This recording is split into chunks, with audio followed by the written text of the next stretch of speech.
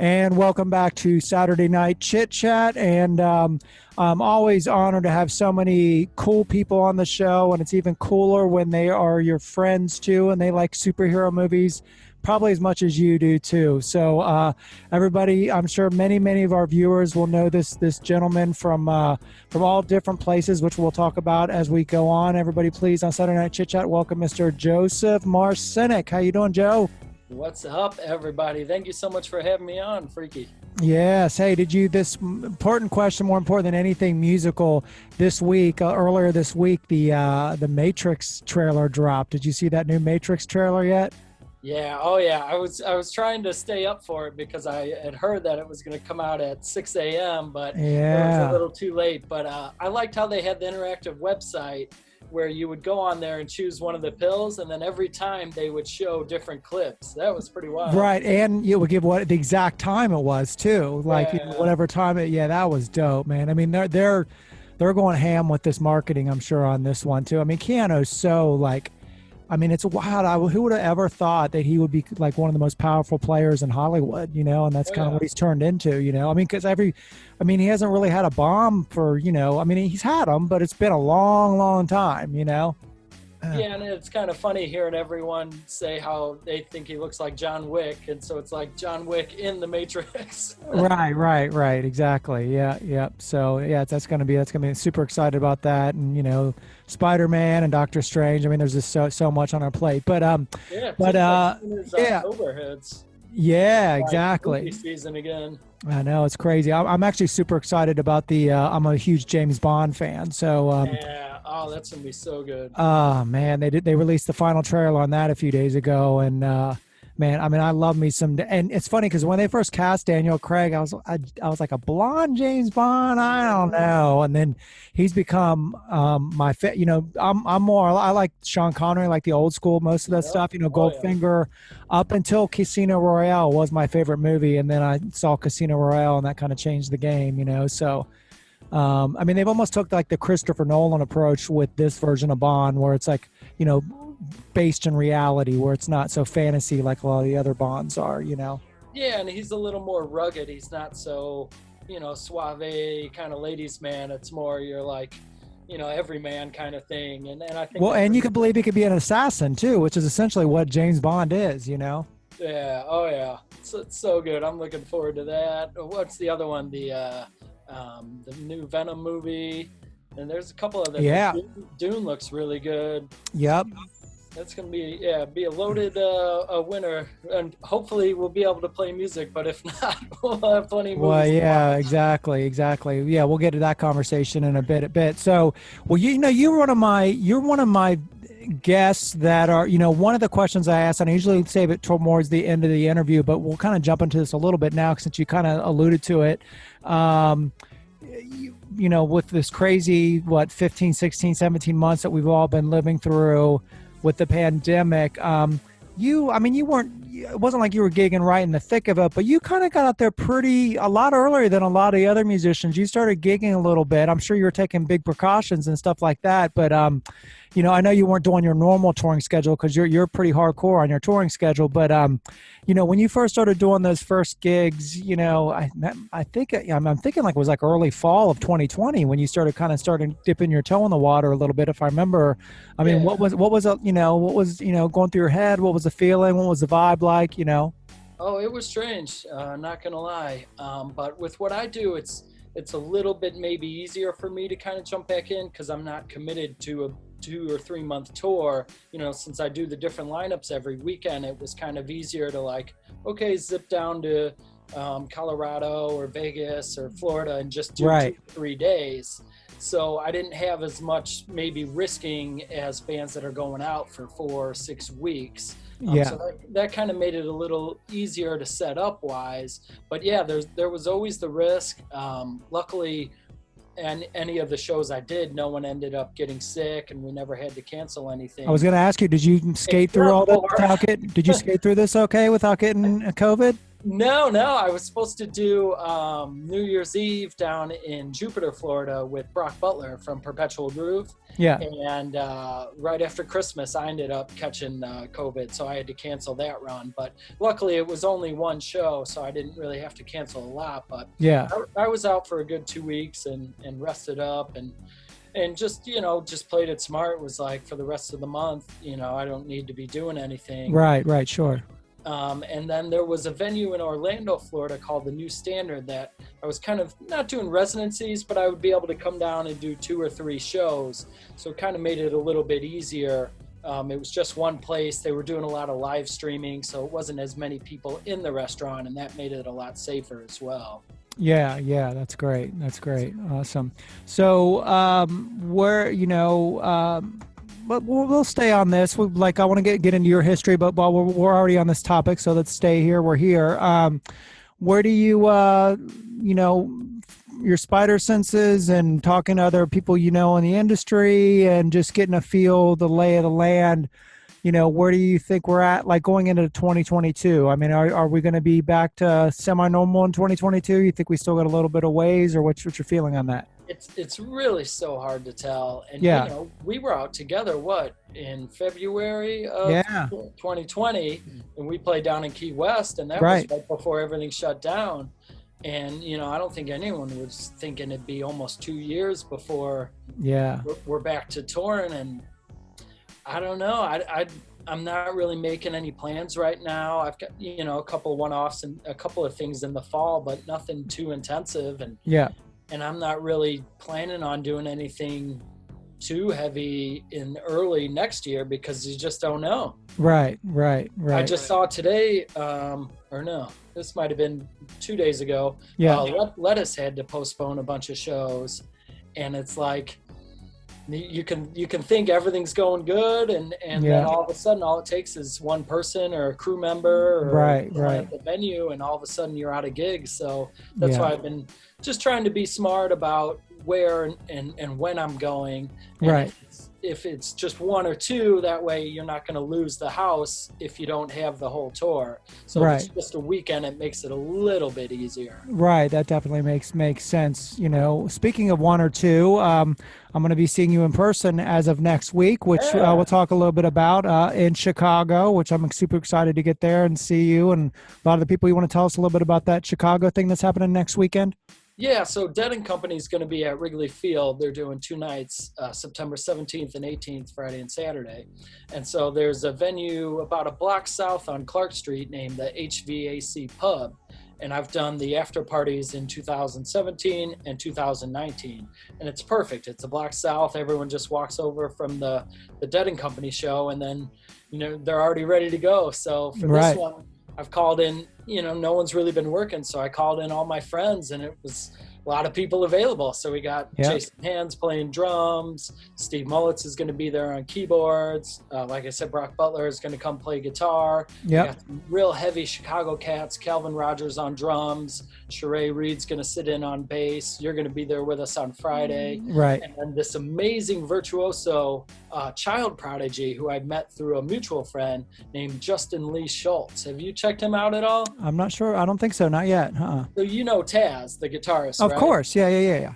So it's like, think of Taz 4 years ago, because I think Justin's 14. And as amazingly talented as he is on guitar, he can play keyboards just as good. Wow. And he's going to blow you away. Is he a Chicago guy too?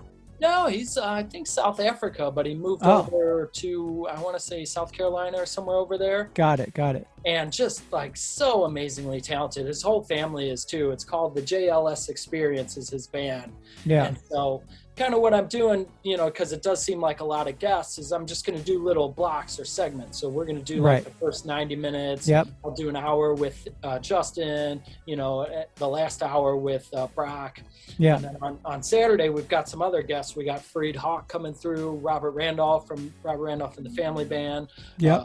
One of the blues legends of Chicago, John Primer, is going to play guitar with us. So just really, really stoked for this one. That's incredible. So Joe, you've talked to me a little bit about this, on some of our long rides before, but some people that are watching in the audience that might not know.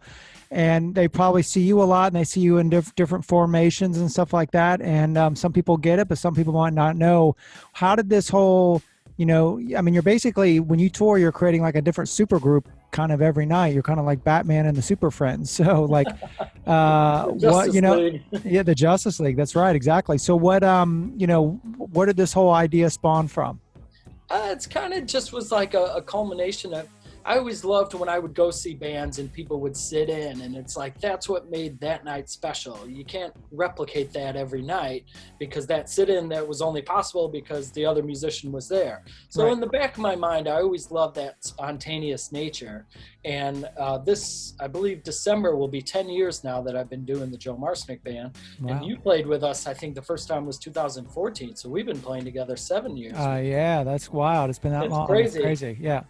And so a lot of it, our buddy Pete Koopmans, who was the original drummer for the band, I grew up and went to high school with him. And But real quick, not to interrupt you, but how's he been hanging through? Because he was doing, I know, the Chili Peppers thing, the Chili Peppers tribute band thing. I mean, right. Yeah, they're actually kind of busy, which I'm really happy for them. Okay, I wasn't sure if they were gigging right now or not. Yeah, I think they didn't really start up until, I don't know, about probably late spring, the summer, but now he's kind of doing the same thing, little weekend runs. Right. But yeah, so he went to Berklee College of Music, and he was really good before and then got even better. Yeah. So he moved back home. I'm in Northwest Indiana. And so I always loved playing with him. But at this time, about 10 years ago, I was in a different band. So didn't really have enough time to start another project, but Pete's a good buddy. We always loved playing together. So I would just start booking little gigs around town, and it was just for fun. It'd be me, him, and whatever local bass player and keyboardist we could call. So there was never really a set lineup. And so we start doing this. About a year, 2 years go by. I get some material. We do a record. But the same thing, you always want to call the best players, but they're already in 4 other bands. So it was in there in the beginning, but I didn't really realize its potential until about 3 or 4 years in, when I was like, wait a minute, if we're traveling now, we can bring in players. We don't have to rely on just Chicago players or Indianapolis or wherever. So Steve Mullitz was actually the first really national guest I ever brought out. And once that worked, and it was like, wow, it also helps promote the show. You're bringing in different fan bases. Right. So it just became this idea of, okay, well now, if Steve's down and he can spread the word for me, I can really open it up to whoever's interested in doing it. And, as you start doing that, it just becomes so much fun, and you meet new people from all these different towns, and it opens up the player book to all over the country. Yeah. So it was kind of just this slow organic thing until about 3 or 4 years in, and then it just became the idea. And then what really blew it up was Pete moved out to LA, and so now I didn't have my drummer, so now it was totally free. I could go anywhere. I could make the band wherever we need to go. And so it gets a little tricky at times because it's a lot of legwork for me to set everything up. Right. But I feel like when everyone shows up to play, they're all in the moment. They're not carrying their baggage. They're just, we got to do the gig either tonight or this weekend. Let's have fun. Let's make it a moment. And that it became so contagious that, I wouldn't say I wouldn't want to have a set band, but I really love what I do. Well, the thing too, from working with you, I can tell you this, for, obviously it's usually all mostly new material for all of us. And you've gotten better over the years, at least my experience with you. Like you follow, I can watch you and not just follow your hands, what you're doing on the guitar, but even just your mannerisms, like leading through the song, you know what I mean? And that's like what's what a good band leader does, is you're able to just kind of figure out, oh, there's a stop here by you doing this motion, or there's a break here. And you've progressively gotten better and better at that, at least for the time I've been playing with you. Oh man, I appreciate that. Oh, and that's another cool part about it is like, even me and you, we haven't played together consistently ever, but we've done 2 or 3 or 4 night runs for the past 7 years. Yeah. So we developed this chemistry over a long-term span, but it's still exciting because we're not doing it every night. Right, of course. We can still surprise each other. Right, for sure. And so, I've got that kind of relationship with, I've probably got over 300 or 400 phone numbers in my, book right now of people I could call. it's been amazing. I've got to work with Bernie Worrell, George Porter, Melvin Seals, Ivan Neville, Tony Hall, all these amazing people, but I'm still meeting new people almost every weekend. Right, exactly. And then when you were obviously you're, talking to the promoter, you're like, saying, hey, I'm going to have, this person, this person, this person, this person, when you're talking about how to promote the show and such like that, right? Working out the situations there. Yeah, it's kind of what came first, the chicken or the egg, and it's this really fine dance of getting everyone to get into it. But, as a local band, it's hard to travel and go into a new town where no one's heard of you and expect people to come out. But if I could say, hey, Freak's playing with me and a Steve Mullets, all of a sudden you've got a way to help promote the show. And sometimes my first time in San Francisco, I sold out, over 250 tickets, and I'd never played there before. Right. But you get the right lineup and the right buzz going, and it really makes it, that night something special. Now you are from South Bend, right? Indiana, basically area. Crown Point. It's like just northwest, right as you get over from Illinois into Indiana. Right. It's the big. I think of Crown Point as the big exit. Right before you, last big exit before Chicago. The last Starbucks before Chicago. That's where you want to start at Crown Point. I think we've stopped there a few times. We have. It's off 65, right? Is that right? Mm-hmm. Yep. Exactly. Yep. So, and then growing up, was guitar your first instrument, or did you do like high school band stuff, or like, junior high or piano? Like, cause I know you play keyboards too, right? Yeah, I did a little choir and, didn't do band or anything in high school. My good buddy, Jeff Cunningham, sold me, my first guitar, October 1st, 2000. I always remember that, acoustic guitar. And I just loved the way he played. So that kind of got me into it. And then I just dove into it, and I was never good in school or sports or anything, but music was, I guess it's something that allows you to express yourself. So it's just one thing I took to. And then I remember that the best thing that ever happened in my life was I was in the guidance counselor, I think senior year, and they're like, hey, there's this music theory class. Why don't you go take that? And I was like, oh, okay. I'm interested in music at the time. And it was the first class I actually got an A in, like an A+. Oh, nice. Music theory. Yeah. As a senior who, it was full of all these band kids who'd been studying this stuff their whole life, but it was all new to me. So I was just soaking it up. Right. And then, going to college, that was the only thing I really enjoyed. So why not go study it at college? So I went down to Indiana State, and that just opened the gates, jazz and classical and world and all this different. Indiana State, is that not IU? Was that Bloomington? IU? No, Terre Haute, Indiana. Terre Haute, right, Terre Haute, right. Okay, cool. Yeah. You ever play? Was it the Verve down there? I do, and then also Blues at the Crossroads Festival. Blue Fest. Actually, right? Yeah. I think I'm actually playing there this coming year, as a matter of fact. Yeah.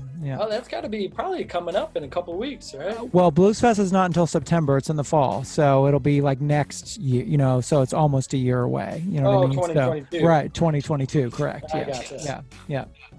So just had the roots there, and then.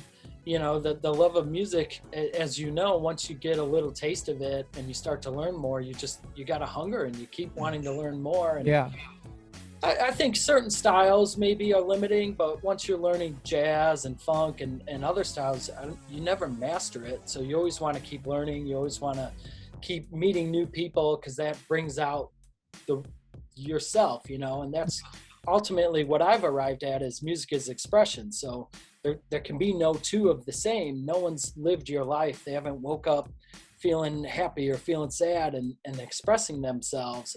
And that's what we all strive for is personal expression, I think.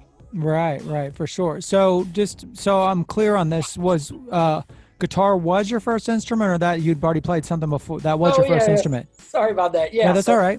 So my buddy sold me the guitar, and then I want to say it was. So you didn't play piano or keys before that, then? No, but shortly after, I remember going right after Christmas one year to Best Buy and buying the cheap, $99.99 Casio. Oh, right. And learn, the 3-finger chords. Right. And because I could do that, I was already playing in a band after not even a year of buying this keyboard. Wow. And, it was real simple stuff at the time, but I kind of always loved the keyboards because the theory is all right there in front of you. Yeah. You can see the scales and everything. So I started guitar first, but I've always played both pretty much the same amount of time.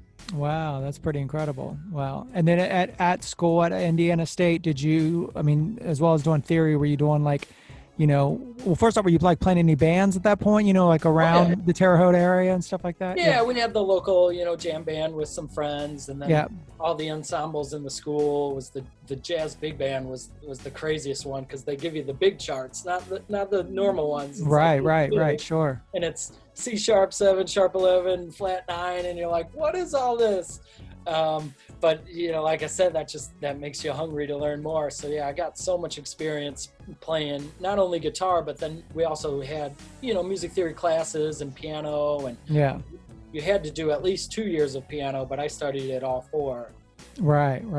Wow. So that's, and it's like music school is like intensive. So if you come in only knowing here, and someone else knows the same amount without the school, maybe they'll get to hear, but you're going to go here real quick, because it's just rapid fire, all this information. Right. Stuff that I'm still processing now, almost 15 years later. Yeah, definitely. That's cool. And then when did Joe Marcinek Band, like your first record, 2007, 2008, something like that? 2012. 12. Wow. Okay. Yeah. Got it. Cool. And then was that self-produced, or did you have some? Yeah. It was all pretty much all my records have been all self-produced. I teamed with a bass player friend of mine, PJ. He had a deal with Hitman Records for my Slink album. Yeah. But it was more just distribution. Right. And so it was Both Sides was the first record. Slink was 2. Then I did JM3 with Will Blades and Terrence Higgins. And didn't Joey do something? Joey Porter, didn't you do something with him? So Joey kind of produced the Slink record and played all the keyboards on it, except for the Bernie tune. But that was intensive. It was me and Pete, and then Joey and Garrett from the Motet. And those guys they know funk music like the back of their hands. Oh yeah. Just learning so much. And Joey had such a great approach. Like, I gave him these ideas, and he came to it like a sculptor. He was like, instead of adding ideas, he was like, let's take this note out here, slow this part down, take this part out here. And it was just such a unique approach that I had never seen before, and got to learn so much from him. Yeah, I've done quite a few shows with him, and the affiliation with Color Red too, with the label stuff, that we were on the same label with some of our stuff, and he's just such a. I actually I'm playing on a new song of mine, and he's just such a joy to work with, because he really does. He knows there's not, funk is a word I'm sure you've been, it's kind of loosely thrown around, especially in the jam circle, jam band circle, and it is a language, and he's really got a good grasp of that language, and that's why he's such a joy to work with. Yeah, probably one of the. It's hard to find too many funkier keyboard players out there. There's not a lot of them. So yeah, Joey's right near the top of my list. But then this past year, we got to do my 4th record, which is JMB4. And I'm so lucky, mainly because of, weirdly, the pandemic was the silver lining, where I got to have Tony Hall on bass, Nikki Glaspie on drums. Oh, wow. And Sean Martin from Snarky Puppy on keyboards. Oh, nice. And it was just like being in the studio with the 3 of them was just insane. Where did you record that at? Was that Colorado somewhere? No, that was down in Orlando. Connection through that venue. We did it at Full Sail University. Oh, nice. Cool. Yeah, and so Charlie Webb's the guy who engineered it, and he's a teacher at the facility. So we gave all these students some firsthand real world experience. Oh, that's wonderful. Yeah. Yeah, it was just, it was so amazing getting to work with, these great musicians. And it was nice because on all my other records, I had songs, 2, 3, 4, 5 years old, where this one, it was all material I had written since the pandemic. Right. So it was kind of cool to have this brand new material, throw it to these amazing musicians, and kind of see what happens. And when you're writing, creating something new, like say in this situation, like are you coming, like when you bring it to them, are you just like, hey, here's the basic chords, let's just kind of work it up together, like how, or are you more like, hey, bass player play this, keyboard player play this, or I mean, how do you like, because that's one play, you and I have played live together plenty of times, so you and I haven't done too much studio work together, so I was wondering how you approach that. I kind of have different modes when it's just writing phase. Yeah. I can tell if something's a little bit more on the jazz side, or if it's acoustic, or if it feels like full band. And usually it's chords and some kind of melody. But I was lucky to work with some local cats. Andy Sutton's a local drummer, and Ola Timothy is a bass player you'll meet at the Chicago show. Oh, cool. We were getting together about once a week during the pandemic. So I was kind of just throwing ideas at them. Hey, let's try this groove. And not telling them like exact, sometimes I'd have like a certain bass line, but it was never rigid, like play this the whole way. Right. You know, take this as an idea and see where it goes. Yeah. So I was able to demo pretty much all the songs with, at least in the trio format. So I didn't have keys or anything, but you know, it was enough of a demo to give to Tony and Nikki and all them that, you know, they were able to pull it from. And then when we got into the studio, it was just going one by one. Okay, here's the first song. They'd listen to the demo. Okay, we got an idea. Maybe let's switch it up, slow it down, or speed it up a little bit. And then, you know, you're just building with clay and seeing what happens. That's great. That's great. All instrumental, almost the whole album? Okay. So all my records so far have been all instrumental.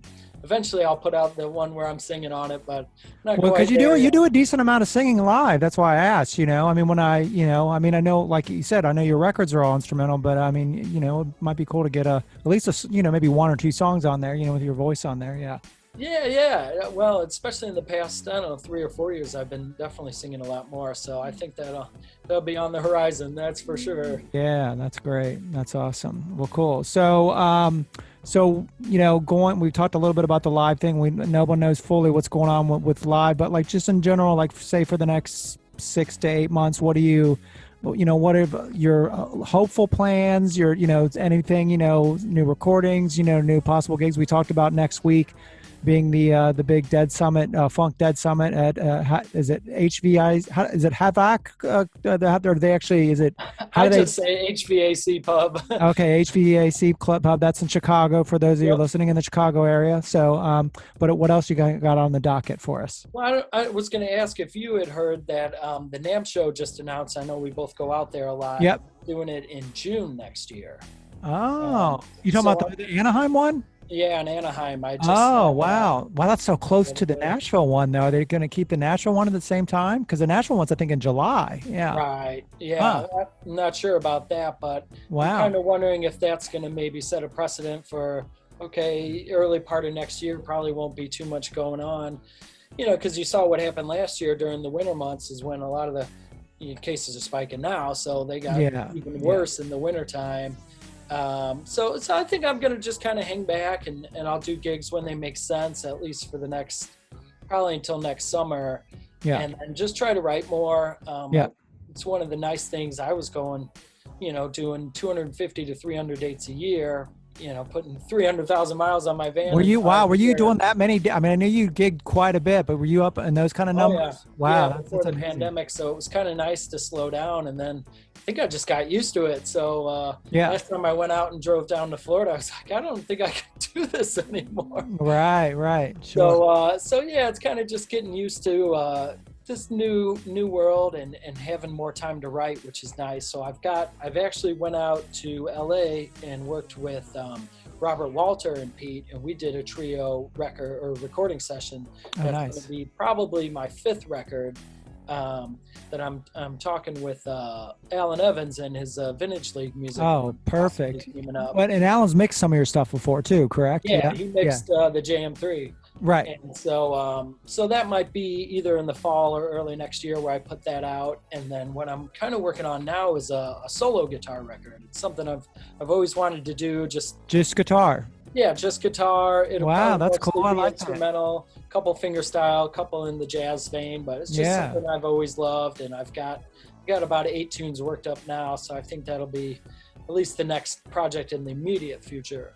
That's so cool, man. I love that. Well, as you know, everything's about content now. You just got to constantly, we've been I've been doing the thing where I've been releasing a single and a video a month, for the whole entire, and you just kind of get on that becomes the routine, especially when, so your routines kind of switch depending on versus live, how can we fill in those gaps? So, Well, that's so cool, man. Well, I mean, obviously it's always amazing playing with you, and I'm so glad I finally got you on the show. I know we've talked a couple times about trying to hook it up, and we finally were able to do that. And, I look forward to seeing you next week, and I can't wait to see, all the new stuff. When's that? Do you have like a ballpark on the solo guitar record? I mean, is it still just like in the pipe dream phase, or you actually have a semi-target date, at least mentally, for it?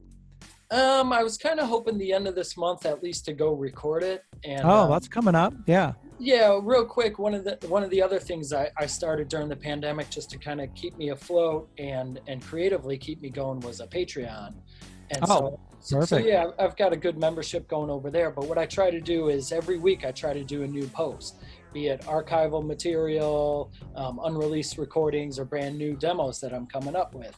So it's kind of kept me sharp creatively, because I know every week I've got to come up with something new, and also gives me something to look forward to, which is really nice. And so that's where a lot of, I think, these solo ideas came from. So a lot of the demos are on there that if people ever want to check that out. But yeah, I'm kind of hoping. Real quick, is that patreon.com/Joe Marcinek? Joe Marcinek Band. Joe Marcinek Band. Okay, got it. Okay. Yeah, I've kind of got stuck with that band part, and now I don't know if I can lose it or not. Right. That's I know your Twitter handles like that and everything. Exactly. Yeah. That's all right though. That's cool. Yeah. But yeah, and so it's been something nice that it's given me something to do. I started in April of last year, and so it's going on well over a year now, and I've got over 100 posts on there. I'll do multiple ones a week if I've feeling up to it or got a good idea. And so it's been really cool to go back, and I really just wish I'd recorded everything, because if you think of all these different collaborations I've done, so many of it just was played and never captured. Yeah. So it's been nice to look back, and it makes you feel good about what you've done and inspired to keep moving forward. Yeah. I got to ask you really quick, did you make that Freekbass sign behind you? It looks really cool. Thank you. Well, this, we used to actually just tour. Was always behind us. That's the backdrop. Yep, right there. Yeah. And then it all lights up? And it does all light up. It's a little crazy down in my studio. If I light it all up down here, it'll be like, you won't be able to see me. I'll look like like a silhouette of me. That's it. But so Angie, who is my wife and who does, all our videos and does a lot of, my clothing and all stuff. She's actually made that from scratch. Wow. Yeah. Yeah. Wow, that's so cool. Yeah. So, and it's lasted the test of time. And then, when I knew I was going to be, at the beginning of the pandemic, when I knew I was going to be stuck down here, we figured out a way to place it down here. And now it just kind of lives down here with me in the studio. Yeah. So. Nice. And is that where you've been doing pretty much all of your recording? Yeah. I've done some on site. I did one thing out at Color. We did squeeze in a Color Red thing, but it's been the majority of the stuff is I'm doing down here and trading files with people, because that's one kind of things, I'm kind of phasing into is doing a lot. One thing I want to move forward is actually produce not just my own material, but be a producer. I'm getting, something I've really, I started just about the time I started playing bass. I started, I got recording equipment and an MPC 2000. I mean, that all, just like you said, the keyboard guitar thing happened with you simultaneously, all this stuff like MPC and loop stations and, recording stuff. I was learning that all simultaneously. As a matter of fact, a lot of times, a lot of people ask me, what was it like working with Bootsy? Did you learn all this cool bass stuff? And the stuff that Bootsy taught me was actually working in how to record in a recording studio. I mean, he'd show me how to do sampling and how to EQ and work a board and all that kind of stuff. I mean, there's a little bit of bass stuff, but it was more about just that kind of stuff. So that's something that's always, and now obviously with the pandemic, I've learned things like, I don't know if you know what OBS is, which is online broadcasting software, which is what we do this show through. And, had we been on the road all the time, I would have never taken the time. Cause I mean, it's not like crazy hard, but you gotta spend a few minutes watching some YouTube videos to understand how the whole thing works. So I was like, well, at least for now, I'm going to phase into this kind of thing, so yeah. Man, well, I'll have to get a hold of you and maybe Freak will produce the next J&B record. I'm definitely down with that. If we should at least do a single or two together, yeah, and just let me. I think we'll go to town on it. Yeah, for sure. Yeah, that would be so much fun. Yeah, it's funny because real quick before we get done here, I was just going to mention we were talking about Joey earlier, and I had Joey on the show about a month or so ago.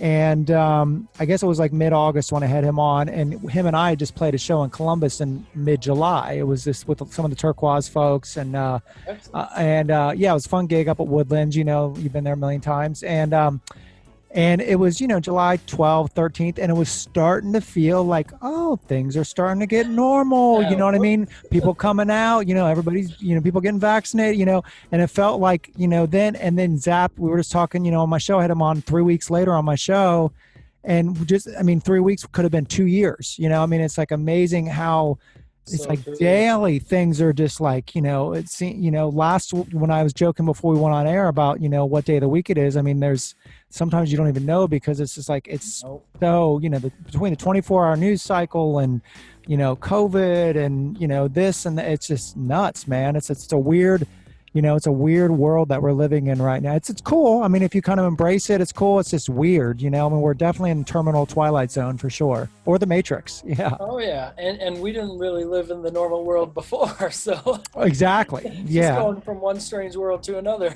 Right. Well, I mean, and I think hopefully that's one thing. We're so used to adapting to being musicians, you know. It's like you're kind of used to the adapting to everything. So.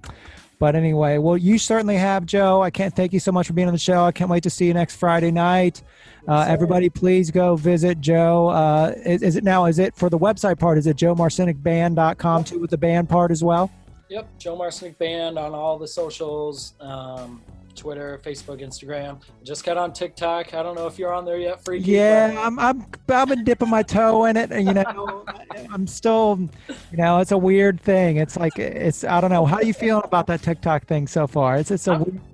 I'm never sure what to post on there. You know, it's like, yeah, I don't understand all the time or what. You know what I mean? Or so that's what I'm kind of just taking old clips and throwing one up a day of either something live music or something funny that I've done, and just seeing what sticks and just kind of having fun with it, because everything else, you know, is, you know, your business and your promotion is so entrenched in social media now that I'm sure it could be down the line, but right now it's just something to have fun and right. Yeah, that's probably a good way to approach it. Yeah, and I love watching some stuff on there. I like all the food. Like, my favorite thing on TikTok are the food videos, and I love the things where they have like the big metal thing, like smashing, like, you know, like the jelly beans or the gummy, and they like, I'll sit there and watch that kind of stuff. They did, it was hot lava, and they smashed the lava. Yeah, that's a good one too as well. I know, like, speaking of which, it's funny, I saw a great tweet the other day where someone said,